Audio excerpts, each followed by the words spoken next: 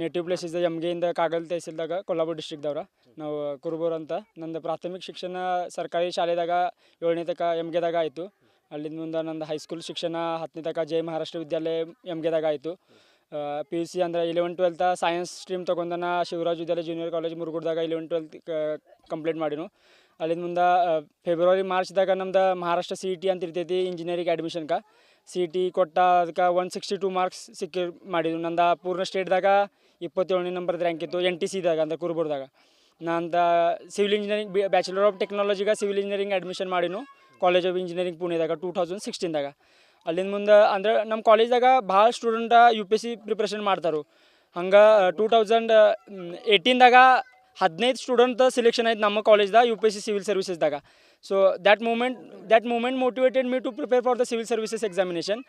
ಅಲ್ಲಿಂದ last year third ಇಯರ್ದಾಗಿದ್ದ NCERT